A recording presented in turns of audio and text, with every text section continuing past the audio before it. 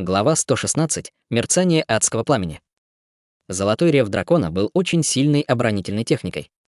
Через эту защиту не мог прорваться даже человек, достигший 3-го уровня пробужденной души. Неужели Чутянь проявит силу, равную 4-му уровню пробужденной души? Это было почти невозможно. По крайней мере, сейчас он этого сделать не мог, хотя между 3-м и 4-ми уровнями не было сильного расхождения, разрыв между ними был велик, словно небеса. Уровень пробужденной души делился на 3 ступени: душа пустоты, прославленная душа и истинная душа. Душа пустоты охватывала первые 3 уровня и была лишь первой ступенью. Как только человек вырывался на ступень прославленной души, его силы увеличивались в несколько раз, так что Чу Тун Вэнь с золотым ревом дракона был непобедимым культиватором. Его было достаточно, чтобы остановить любые атаки Чутяня. Чу Тун Вэнь смотрел на Чутяня взглядом, полным жалости. Судя по этому удару, у тебя действительно есть кое-какие навыки. Но бросать мне вызов с такими незначительными умениями. Ты выдаешь желаемое за действительное. Когда Чу Тун Вэнь закончил говорить, он понял, что у него возникли проблемы. Место, куда попало меча, горело синим огнем. Чу Тун Вэнь не обращал на это внимания, однако пламя не исчезало. Оно медленно расползалось по защитному покрытию. Словно на кусок дерева бросили спичку. Пламя медленно поглощает дерево, постепенно набирая силу. Словно это пламя не могло сжечь материю, зато могло сжечь энергию, как огонь может быть на это способен. Адское пламя. Чу Тун Вэнь был знающим человеком и сразу распознал его. Его глаза жадно засияли. Никогда бы не подумал, что у тебя будет такая вещь. Похоже, эта поездка не была напрасной. Просто откажись от своего адского пламени, лисенок громко закричал.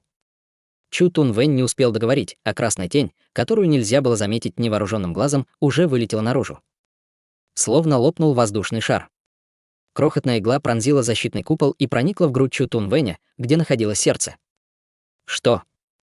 Чу Тун Вэнь и генерал Сюн были поражены. Игла не обладала сильной аурой, но смогла пробить его защиту.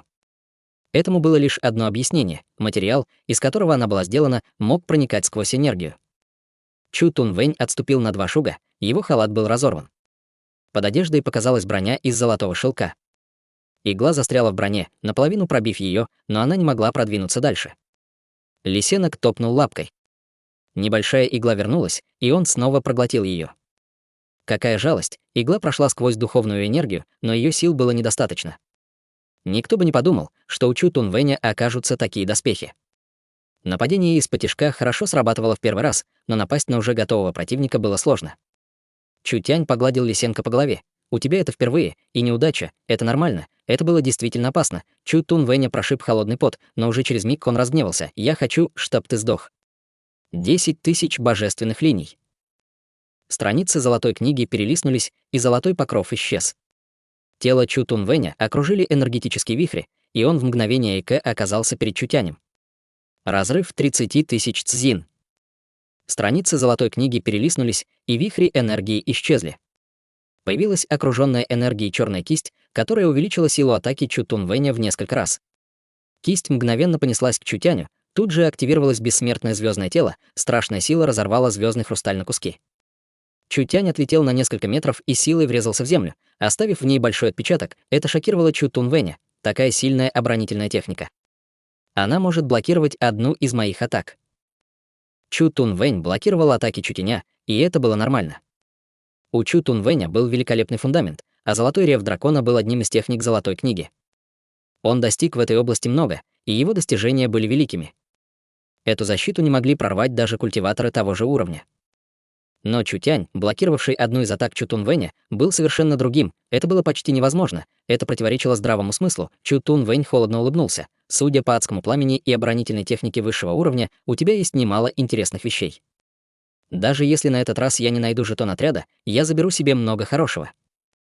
Внутренние органы Чутяня сильно повредились, но бессмертное звездное тело предназначалось не только для защиты, но и для лечения. Раны излечились мгновенно, словно Чутянь их даже не получал. 7 страниц золотой книги, кажется, все они были так себе, хотя у юной мисс был такой же духовный источник, у нее не было такой боевой силы. Чу Тун Вэнь обладал не только отменной боевой мощью, он был намного сильнее. Но Чутянь считал, что небесная книга юной мисс в сотни или даже в 1000 раз лучше 7 страниц золотой книги, конечно. Все зависело от человека. Если бы юная мисс не встретила Чутяня, то небесную книгу было бы трудно использовать, пусть даже в ней были древние знания. Адское пламя ярости. Страницы золотой книги снова перелистнулись. Кисть Чу Тун Вэня напевала в небе заклинание. Внезапно Чу Тянь почувствовал, как вибрирует земля, и нахмурил брови. Внезапно земля раскололась, и в небо поднял гигантский столб огня, полностью охватив Чу Тяня. Линь Му и Фан Хань были потрясены. Ученый, цепляющийся за жизнь, оправдал свое имя, он разбирался во всем. Даже культиваторам его уровня трудно было сражаться с ним. Не говоря уж о жалком мальчишке первого уровня пробужденной души. Лорд из культа небесного демона достиг 3-го уровня пробужденной души. Когда Чу Тянь боролся с ним, он явно проигрывал. Если бы не удивительная способность Лисенко, Чу Тянь не смог бы победить лорда, Чу Тун Вэнь тоже достиг 3-го уровня пробужденной души. Без помощи Лисенко Чу Тянь мог лишь смотреть ему в глаза. Тяготы сражения трудно было даже представить. Когда пламя утихло, стало видно, что звездный покров Чу Тяня стал заметно тусклее. Лисенок тоже весь обгорел. Он сердито махнул лапкой, чтоб Чу Тянь как можно скорее разобрался с этим человеком. 10 000 печатей. Золотая книга снова раскрылась. Чу Тун Вэнь создал печать и выстрелил в Чу Тяня. Это был запечатывающий маневр. После того, как Чу Тун Вэнь запечатает духовную энергию Чу Тяня, тот не сможет воспользоваться ей, даже обладая невероятными способностями. Очевидно, Чу Тун Вэнь хотел взять Чу Тяня живым. Чу Тянь нахмурил брови и перестал сдерживаться. Высвободилась ужасающая сила демонического бога, и показался духовный источник демонический бог. На Чу Тун Вэня рухнуло невероятное давление, он ощутил, как дрожит его тело. Что? Что это за духовный источник? Увидев духовный источник Чу Тяня, Чу Тун Вэнь и генерал Сюн пораженно застыли. Аура этого духовного источника оказалась слишком сильной, она превосходила их ожидания. Невозможно. Чу Тун Вэнь не мог его опознать, несмотря на свою осведомленность. Почему он не мог этого сделать?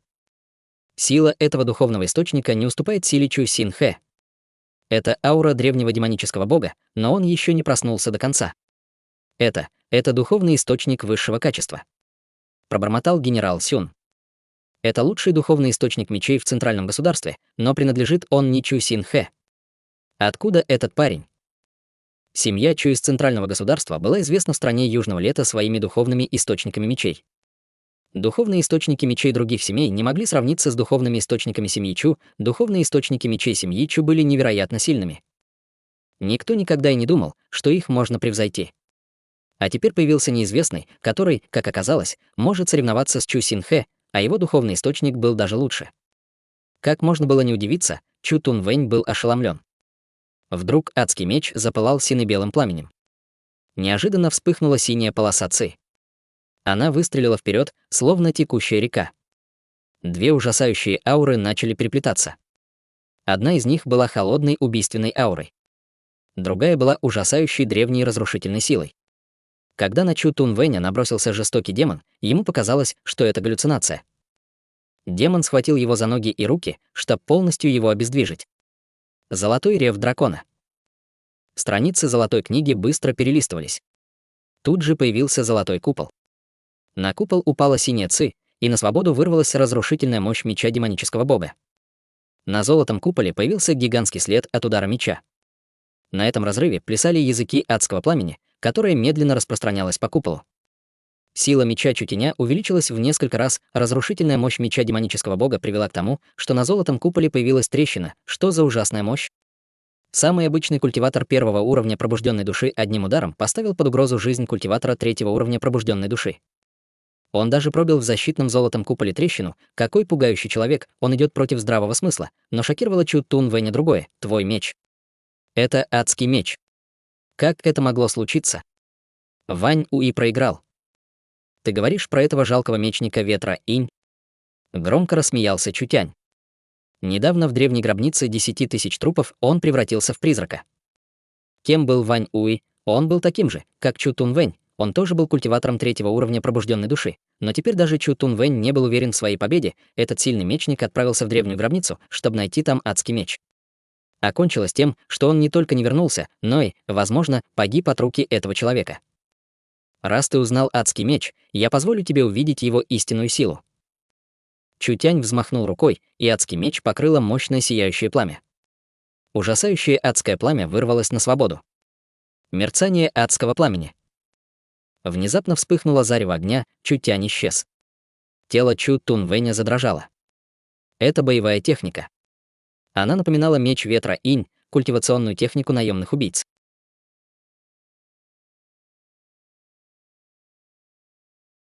Глава 117. Успешное возвращение.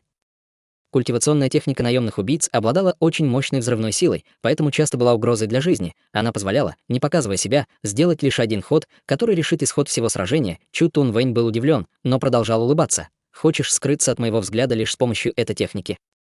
Даже Вань Уй, не говоря уже о таком жалком отродье, как ты, не смог бы так просто убить меня с помощью искусства мечей инь. Я позволю тебе увидеть, насколько сильны 7 страниц моей золотой книги.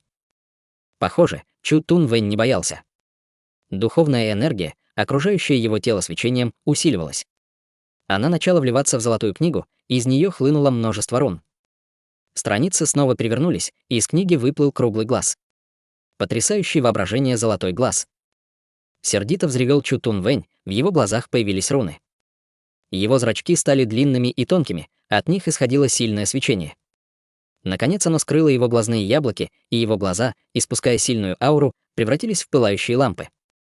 Казалось, эти глаза обладали могущественной силой. Если бы с их взглядом встретился обычный демонический зверь, то он сразу же был бы уничтожен. Эта техника увеличила чуткость его зрения. Его способность прорываться сквозь иллюзии увеличилась в несколько раз. Чу Тунвэнь был весьма разносторонним человеком. Атака, оборона, ближний бой, разведка, исцеление — все было ему по силам.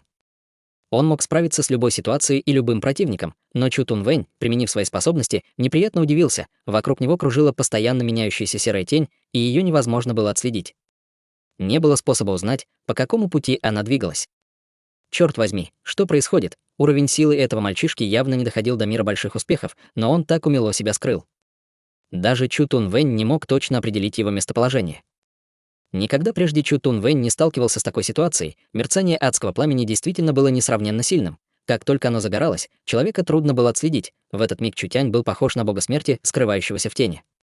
В любую минуту он мог совершить смертельную атаку, и никто не смог бы ее заметить. Это плохо. Чу Тунвэня охватило сильное беспокойство, поэтому он активировал золотой купол. Он быстро переключился на эту технику, чтобы полностью обезопасить свое тело. За золотым светом барьера показалось ужасающее адское пламя, в котором горела жажда убийства, светящийся меч, объединенный с адским пламенем, превратился в крохотный и быстрый луч света, который безжалостно врезался в золотой купол.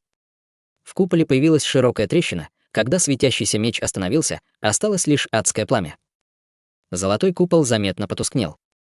Чу Тунвэня пробил холодный пот, он облегченно вздохнул. Так себе. Твое искусство меча все еще не может пробить мою защиту. Каждая убийственная техника требовала времени, чтобы собраться с силами и нанести единственный смертельный удар. Если этот удар не пробивал оборону противника, это означало проигрыш. У Чутиня был меч демонического бога. Его меч тоже был очень силен, и трудно было представить, сколько сил он вложил в этот удар. Однако он был слишком слаб и не смог прорвать оборону Чу Тунвэня. Если бы этот отродье было на 2-м уровне пробужденной души, вероятно, сражение закончилось бы не в пользу Чу Тунвэня, но Чу Тунвэню не суждено было долго радоваться. Землю пронзил светящийся меч. Стремительный свет покрывал землю языками пламени. На золотой купол обрушился еще один удар, 2 трещины соединились, образовав большой горящий крест. Пламя горело все сильнее и сильнее, медленно ослабляя защитный барьер. 3-й удар. 4-й удар. Человек не было видно, лишь бесконечный свет меча, Чутянь полностью исчез, а свет меча продолжал вспыхивать во всех направлениях. Он со всех сторон обрушивался на золотой купол. 3 луча, 4 луча, 5 лучей, золотой купол Чу Тунвэня трещал все громче и громче. Его охватило адское пламя, и Чу Тунвэнь не успевал восстановить купол. Постепенно на его лице показалось изумление. Это невозможно. Это явно была убийственная техника. Ее сила бесконечно возрастала, как бесконечные облака или текущая вода. Чем больше вокруг вспыхивало лучей, тем чаще по куполу бежали трещины. Нет. Нет.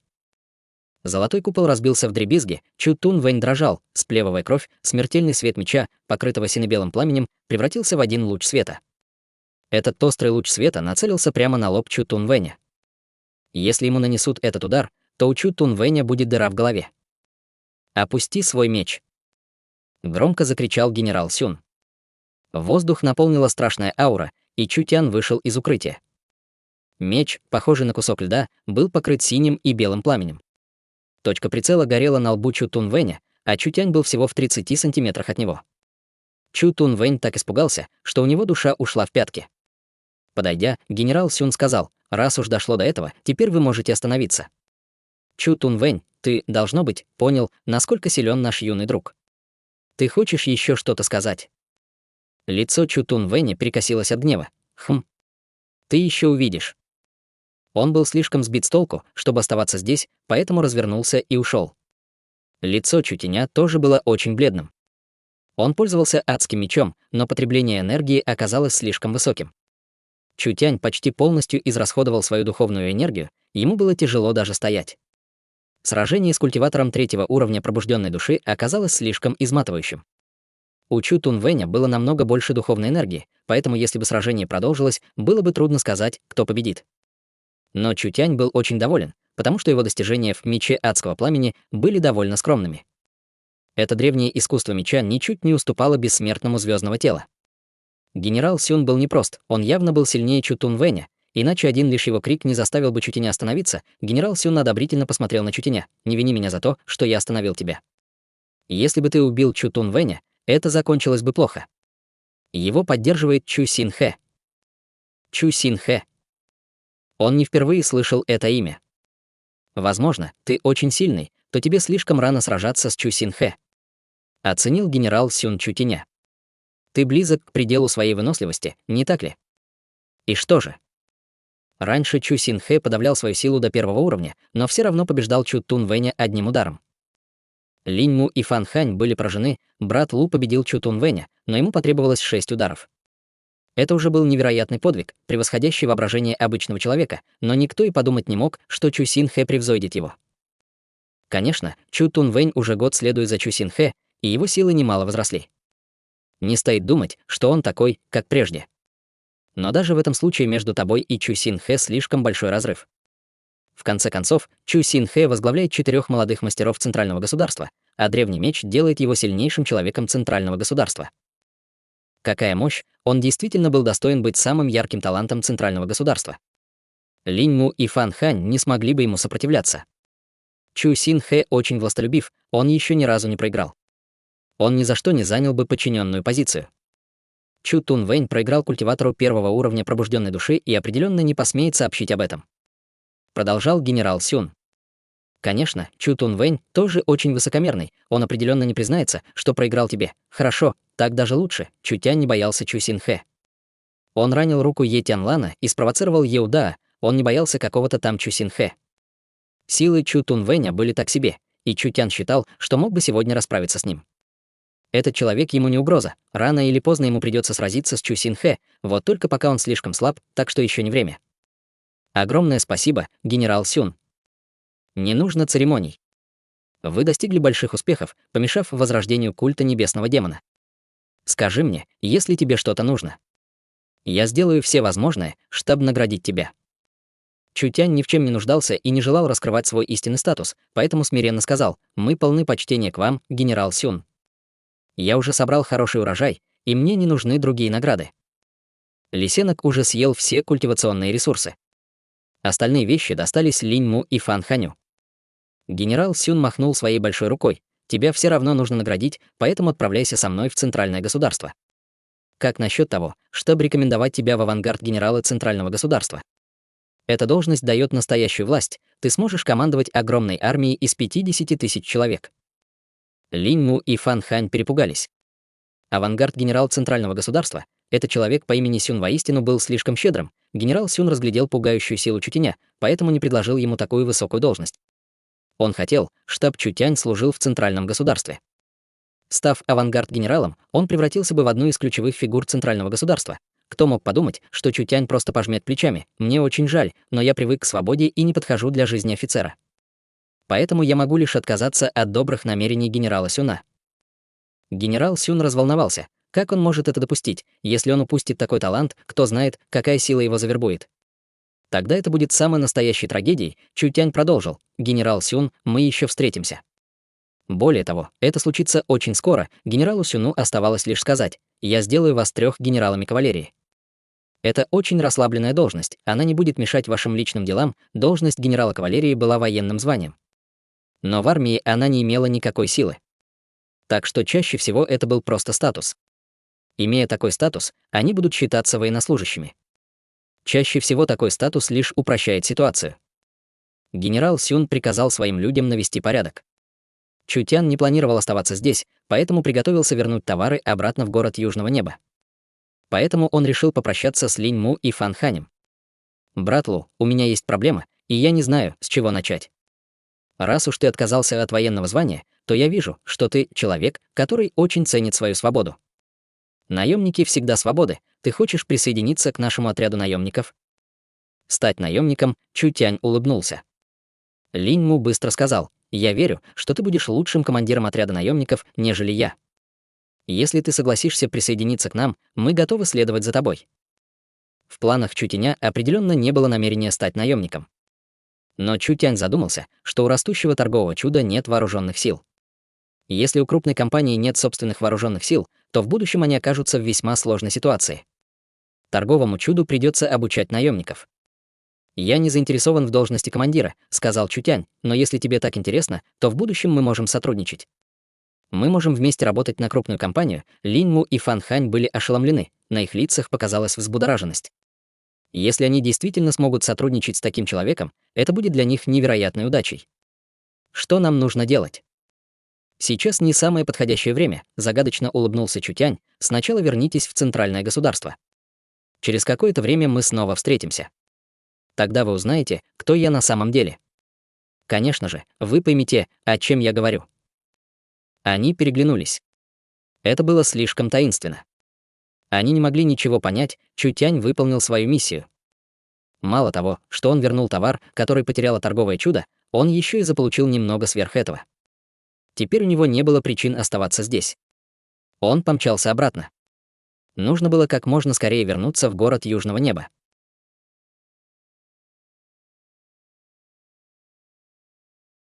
Глава 118. Электромагнитная башня вещания. Хотя его не было в городе Южного неба всего несколько дней, город несколько изменился. В нескольких основных районах установили высокие уличные фонари. Конечно же, их называли не уличными фонарями. Мэн Цин удала им название «башни света», потому что уличные фонари изображали собой высокие резные башни. Корпус был изготовлен из прочной древесины, а наверху была установлена лампа. Конструкция была красивой и очень крепкой, ее трудно было повредить. Они привлекали внимание прохожих. Электрический свет был одним из основных продуктов торгового чуда. После месяца подготовки их, наконец, выпустили в продажу. Электрический свет имел для торгового чуда большое значение, потому что этот рынок был обширен и пуст. Помощь торговому чуду могла принести пользу семьям с низким статусом и большинству простолюдинов, что может обеспечить им хорошую репутацию. Это могло создать хорошую репутацию и для компании. Вернувшись в штаб-квартиру компании, Чутянь достал демонических насекомых. Он отдал их всех Мэн Цину, чтобы она изготовила из них таблетки.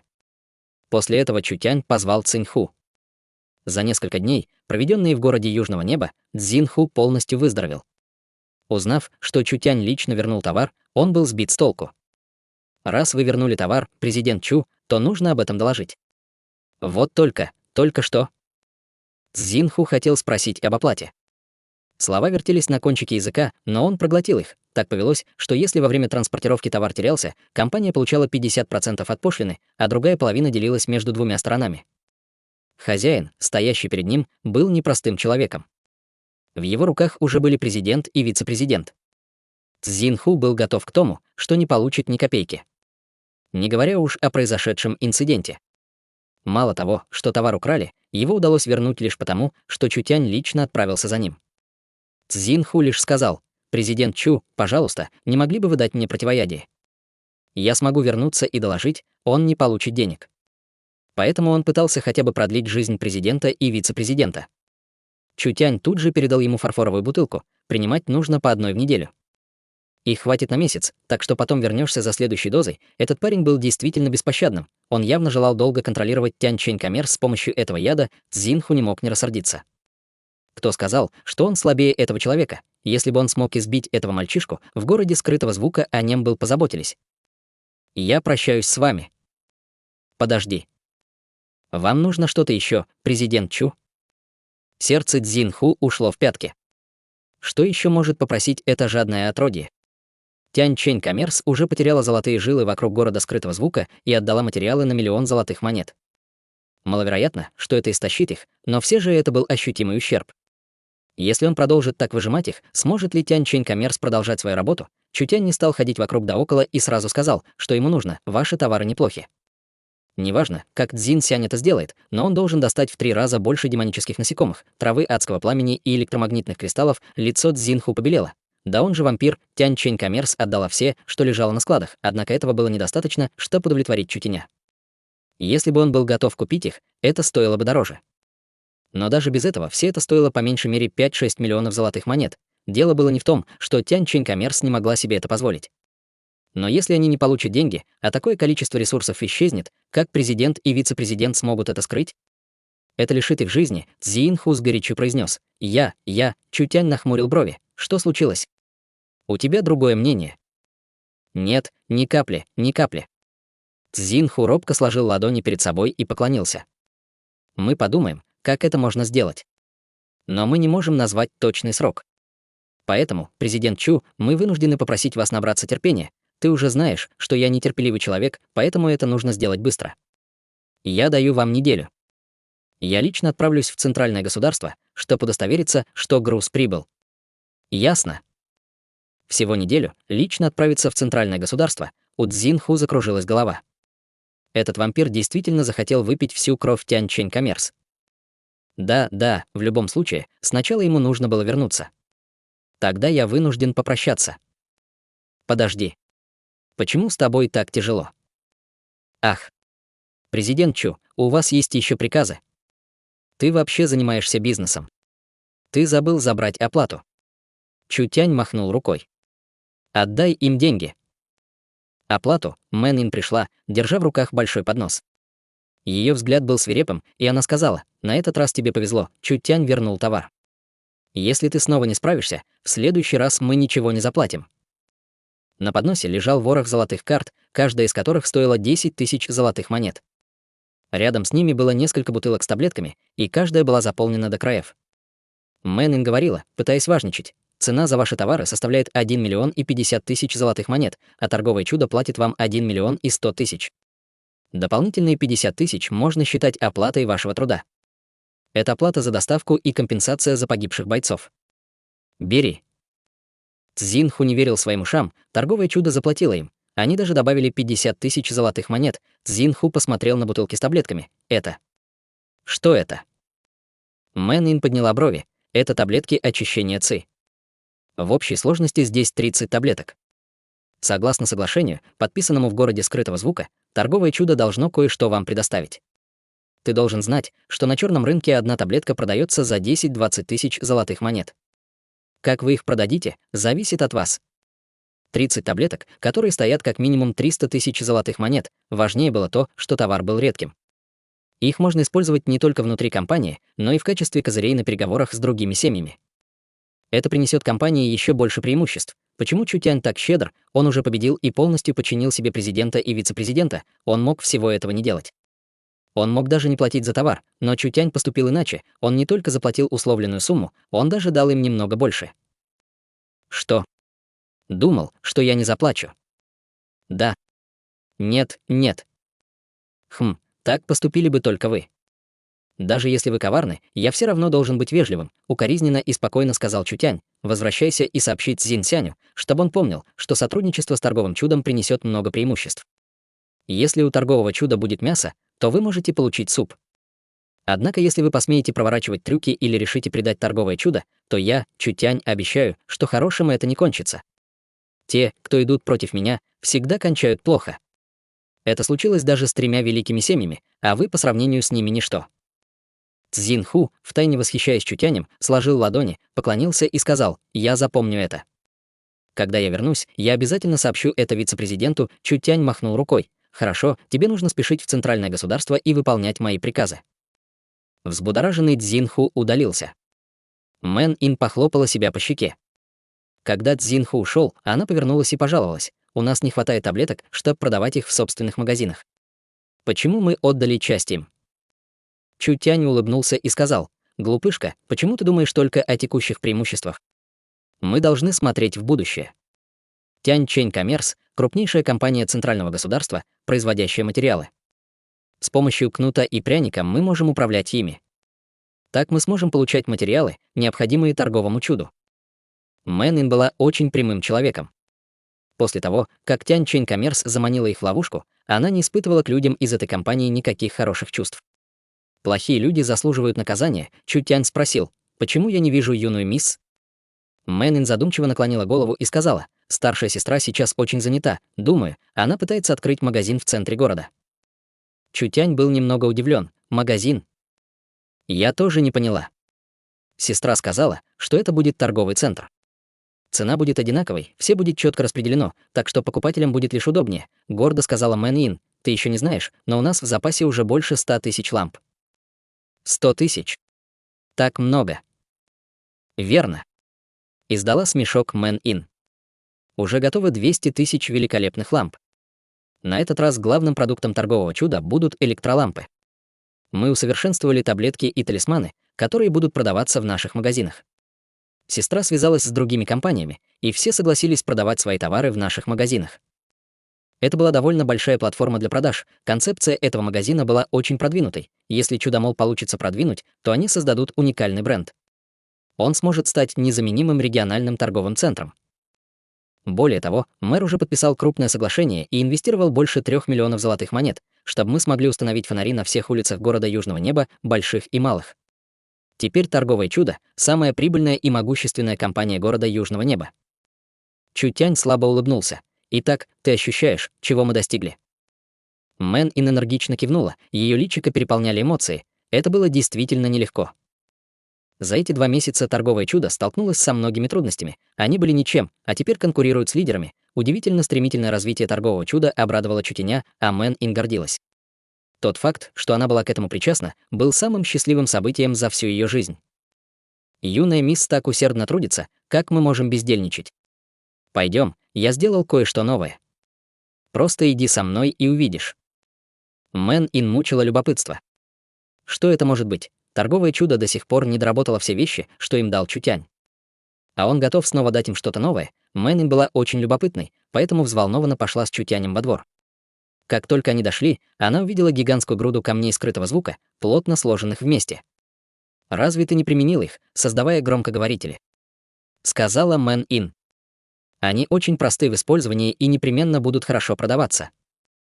Чу Тянь презрительно скривил губы. «Громкоговорители? Это лишь база. Сегодня я покажу тебе кое-что высшего качества. Что ж, поработаем». Я хочу усовершенствовать некоторые из этих камней. Мэн Ин погрузилась в размышления. Зачем ты дорабатываешь камни? Камни скрытого звука делятся на классы. Камни первого класса можно использовать лишь в базовых вещах, например, в громкоговорителях. Если мы усовершенствуем камни, применяя специальные материалы и методы, мы сможем использовать их и по-другому. Это показалось Мэн Ин очень интересным. Как мы это сделаем? Чу Тянь легко улыбнулся. Как думаешь, зачем я заказал столько электромагнитных кристаллов? Если мы сплавим камни скрытого звука с электромагнитными кристаллами, то сможем создать материал 2-го уровня — магнитный звуковой камень. Магнитный звуковой камень. Какая от него польза? Чу Тянь произнес. Конечно же, ты узнаешь об этом, когда все будет готово. Чу Тянь позволил Мэн Ин помочь ему. Используя несколько методов очистки, он наконец создал из камней скрытого звука и электромагнитных кристаллов, которые им отправили Tianquan Commerce, материал 2-го уровня, магнитный звуковой камень. Магнитный звуковой камень был создан с помощью метода очистки 2-го уровня, поэтому его мог создать лишь культиватор пробужденной души. Если бы Чу Тянь не прорвался на уровень пробужденной души, то он не смог бы создать новый материал, даже имея все необходимые. С помощью Мэн Ин Чу Тянь построил из магнитного звукового камня башню размером с человека. Он начертил на башне несколько энергетических массивов, а затем добавил небольшой источник питания. Готово. Чу Тянь активировал источник питания, и башенку тут же окружил свет. Невидимое магнитное поле быстро распространилось, охватив довольно большую прилегающую область. Мэн Ин не могла понять, зачем ты все это сделал? Ты не понимаешь. Загадочно улыбнулся Чу Тянь. Эта вещь — электромагнитное башневещание, и у нее множество применений. Ее полезность настолько велика, что она полностью изменит мировоззрение каждого человека.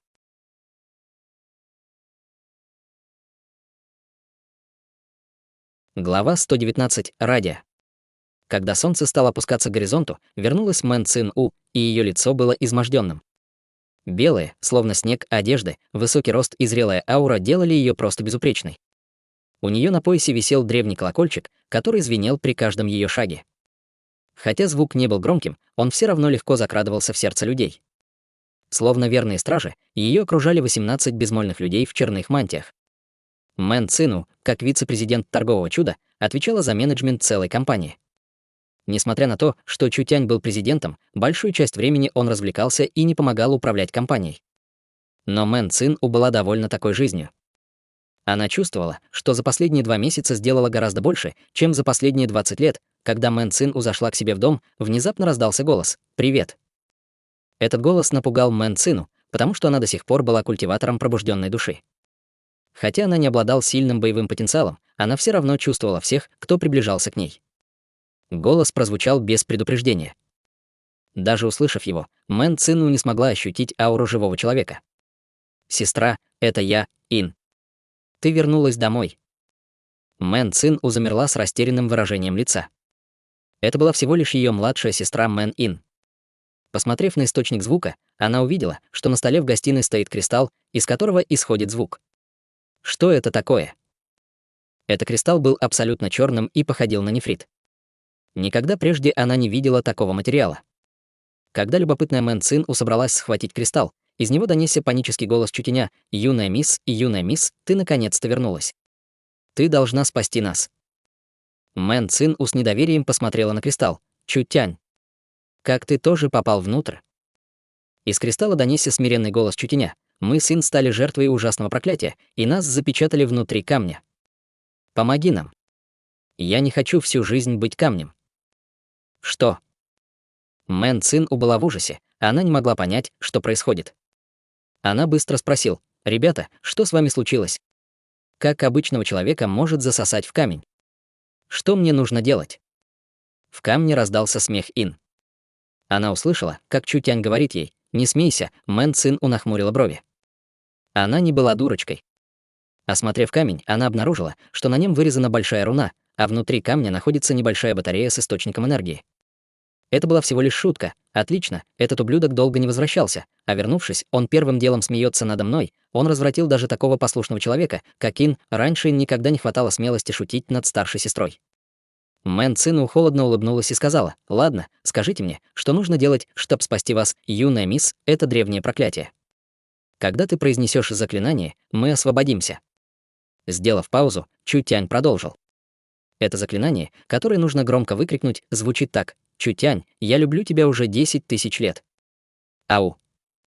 Болезненно вскрикнув, Чутянь сердито спросил: «Девчонка, почему ты пинаешь меня?» «Сестра, не слушай его, этот парень несет чушь». Донесся из камня возмущенный голос Мэн Ин. «Мы на заднем дворе. Скорее, здесь кое-что есть». Чутянь и Мэн Ин стояли во дворе. «Сестра, сюда».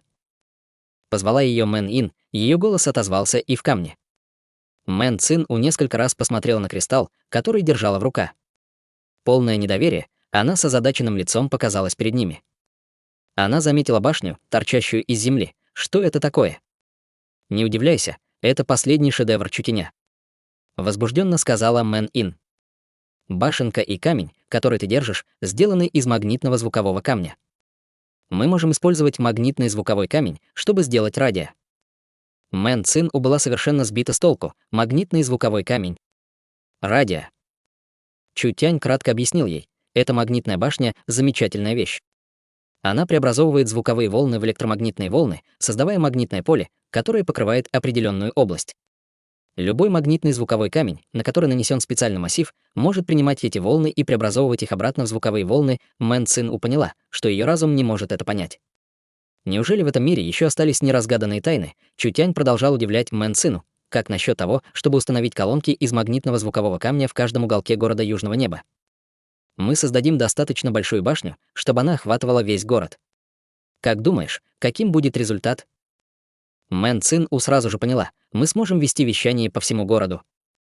Чутянь щелкнул пальцами. Верно. Когда появится башня, мы сможем создать радио. Когда радио будет в каждой семье, все будут слышать наши голоса.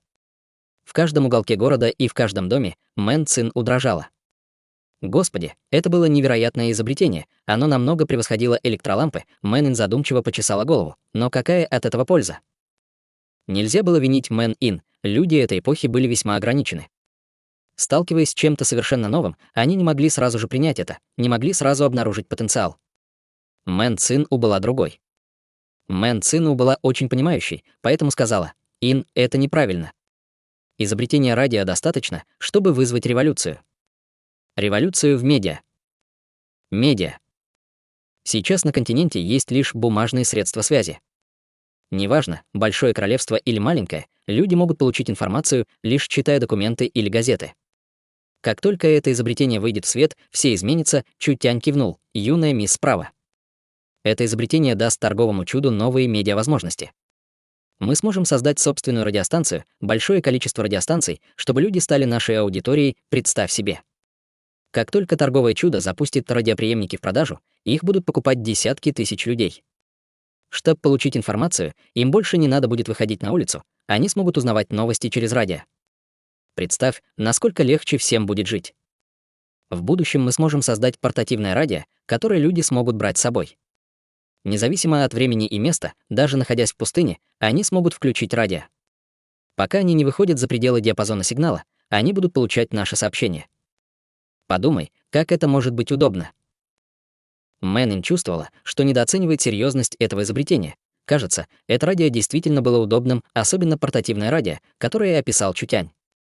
Пока человек носит его с собой, он может слушать трансляцию и узнавать последние новости. Разве это не удобно? Это была совершенно новая форма медиа. К тому же, у него была высокая рыночная стоимость.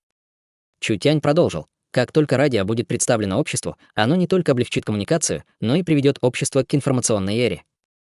Оно не только облегчит жизнь, но и поможет развитию цивилизации.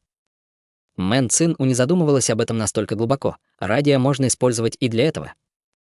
Чутянь слабо улыбнулся. Конечно. На электромагнитных вышках могут быть разные массивы, которые создают разные сигналы. Так что радио можно будет переключать с одного канала на другой. Чтобы обеспечить разнообразие контента, мы сможем создать собственный новостной канал. Мы можем создать канал о сплетнях, канал о покупках, канал, который обучает новейшим техникам культивирования, канал, посвященный новейшим технологиям. Ты понимаешь, что это значит? Мэн Цин-У кивнула и дрожащим голосом произнесла: «Хочешь сказать, что все станут нашими преданными слушателями?» «Верно». Загадочно улыбнулся Чутянь. У радио есть свои прелести, и оно может привлечь преданную аудиторию. Могут появиться различные звезды. Эта популярность обеспечит торговое чудо поклонниками и сильной общественной позицией. Кто посмеет пойти против торгового чуда? Мэн Цин-У не могла этого представить. Что будет за зрелище, когда эта технология распространится? Этой эпохи не хватало развлечений. Контакты между людьми были ограниченными, а земли, на которых они жили, были бесплодными. У людей не было развлечений, не было доступа к информации. Чутянь вдруг решил подарить этой эпохе радио, которые должны были изобрести лишь через несколько тысяч лет, и продвинуть технологии общества вперед. Он понятия не имел, к чему это приведет. Пока эта технология на экспериментальном этапе. Электромагнитных кристаллов, которые мы получили от Tianquan Commerce, слишком мало, а мы уже израсходовали все. Нам нужно приобрести большое количество электромагнитных кристаллов и использовать их, чтобы обрабатывать магнитные звуковые камни. Это не проблема. У них в руках готовая технология. Учитывая то, как развивается торговое чудо, будет несложно обеспечить и материалы, и рабочую силу. Несколько минут поразмышляв, Мэн Цин-У сказала: «Будет лучше, если мы пока не будет объявлять об этом сенсационном изобретении в городе Южного неба». «Почему?» Мэн Цин-У ответила: «В городе Южного неба торговое чудо уже достигло пика влияния. Думаю, нам пора двигаться вверх. Мы должны отправиться в центральное государство, чтобы шагнуть в новый мир и вывести нашу компанию на новый уровень». В центральное государство. Чутянь секунду поколебался, а затем кивнул. Наверное, настало время. Мэн Цин-У сказала: «Скоро откроется магазин торгового чуда, а электролампы только вышли, поэтому сначала я позабочусь об этом. После этого мы можем планировать поход в центральное государство». Отлично. Чутянь ни на что не жаловался, рано или поздно он должен был отправиться в центральное государство. Там проживало множество семей, там жили 4 молодых мастера центрального государства. Определенно, как только Чутянь прибудет в центральное государство, случится еще одна грандиозная резня.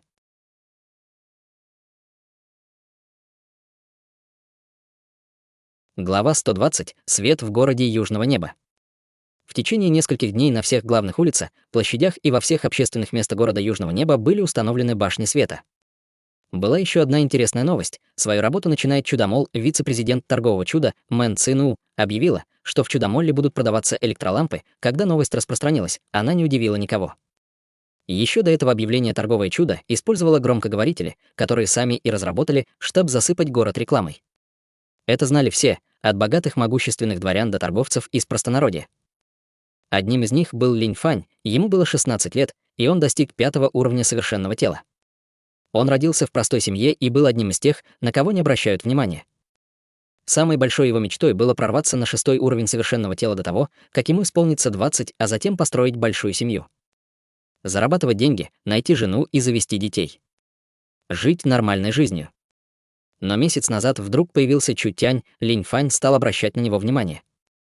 Он проложил чудесный путь к вершине, хотя бы незнатного происхождения. Сначала он разгадал предательские планы семьи Хань, а потом прибыл на саммит в городе Южного неба и стал бороться с 4 семьями. Он даже осмелился выпороть одному из 4 молодых мастеров, Е Тянлана, и сделал он это на глазах пугающего Еуда. Эти действия всех шокировали. Это был уникальный и потрясающий талант, мощный и необузданный, настоящие мужчины живут, делая то, что им нравится. Злясь, строя дружеские отношения, бросаясь вперед, когда закипает кровь, и умирая без сожалений, потрясенный Линь Фань превратился в преданного поклонника Чутяня. Жадно собирая информацию о Чутяне и торговом чуде, Линь Фань переживал вместе с ними каждый их успех. Постепенно жизненные ценности и идеалы Линь Фаня изменились. Он уже не желал жить посредственной жизнью, Линь Фань хотел вырваться за рамки своего «я», обыденных ожиданий и обыденной жизни. Он решил следовать по стопам Чутяня и стать свидетелем подъема чудесной эпохи. Верно, чудесная эпоха. Этот человек может построить эпоху торгового чуда. Спустя десятки тысяч лет люди смогут читать о нем в исторических трудах, ощущая уважение и трепет. Линь Фань понимал, что ему действительно повезло, он родился в нужное время. Он родился в нужном месте. У него будет возможность увидеть легенду живьем. Брат. Забежала к нему высокая девушка. Грубая одежда ничуть не умаляла ее красоты. Ты слышал? Чудо-молл начал работу. Линь Сюань, старшая сестра Линь Фаня. Линь Сюань достигла 4-го уровня совершенного тела и была немного слабее младшего брата, но она хотела стать мастером алхимии.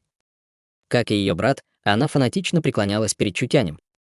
Линь Фань хлопнул по столу и быстро встал. Вздор. Как я мог не узнать такую великую новость? Скорее, найти тигра, Эрню и остальных. Мы должны попасть туда вовремя. Линь Сюань и Линь Фань быстро связались с 5-6 ребятами. Они были очень молоды. Старшему было не больше 20 лет, а самому младшему исполнилось то ли 13, то ли 14. Их общей чертой были жизненная сила юности, горящее пламя настойчивости во взглядах и окружающее их сияние, фанатичное почитание Чутяня. В бедно обставленной комнате сидели 8 пылких юношей и девушек. Стены комнаты были обклеены газетными вырезками, и в каждой встречались слова «Чутянь» или «Торговое чудо». Должно быть, всем ясно, почему наш Небесный Альянс сегодня собрался здесь. Небесный Альянс. Это звучало очень агрессивно, но на самом деле это была мелкая организация из 8 человек. Так называемый Небесный Альянс был группой фанатичных поклонников Чутяня. Толстяк встал, конечно. Мы должны пойти и поддержать нашего идола. Девушка взволнованно спросила: «Как думаете, мы сможем сегодня увидеть нашего идола?» «Конечно. Конечно, сможем». В глазах Линь Фаня пылал огонь. «Сегодня наш идол открывает торговый центр. Как мы можем не прийти и не поддержать его?» Об этом не нужно даже говорить. Эти таблетки слишком дорогие, так что мы не можем их себе позволить, но если мы сложимся деньгами, то купим электролампу. Не думаю, что возникнут проблемы. Давайте сложимся деньгами. У меня 2 золотые монеты и 20 серебряных. У меня 1 золотая, 58 серебряных и 13 медных. Культивационные ресурсы стоили дороги, а все они родились в бедных семьях, и им почти не давали денег. Рискуя своей жизнью, они упорно трудились, охотились на зверей, чтобы заработать хоть немного денег, но этого было недостаточно. Но что такое деньги, когда нужно поддержать своего идола? Вперед! Займем место в очереди. Всего у них было около 15 золотых монет. Каждый потратил несколько медиков на еду и воду, после чего они выстроились перед Чудо-моллом. Торговый центр откроется только завтра, а эти 8 человек прибыли на день раньше. Трудно было представить степень их фанатичного поклонения. Чудо-молл располагался в самом центре города Южного неба. Торговое чудо заплатило за самое большое и роскошное место города 500 тысяч золотых монет. Всего за несколько дней они покончили с ремонтными работами и приготовились открыть торговый центр. Когда 8 человек прибыли туда, Чудо-молл уже окружила толпа. Линь Сюань нахмурилась. Эти люди тоже сюда пришли. В толпе было много знакомых лиц. Были и другие поклонники Чутеня, которые пришли заранее, надеясь увидеть его вживую. Было немало торговцев и представителей медиа. Солнце сначала поднялось, а потом зашло. Прошел целый день. Чудо-молл был окружен толпой. Как только солнце стало садиться, всех охватило волнение. Линь Фань и Линь Сюань сжали кулаки. Они не спали сутки, но по-прежнему были полны энергии. На их лицах была надежда, а взгляды были прикованы к воротам.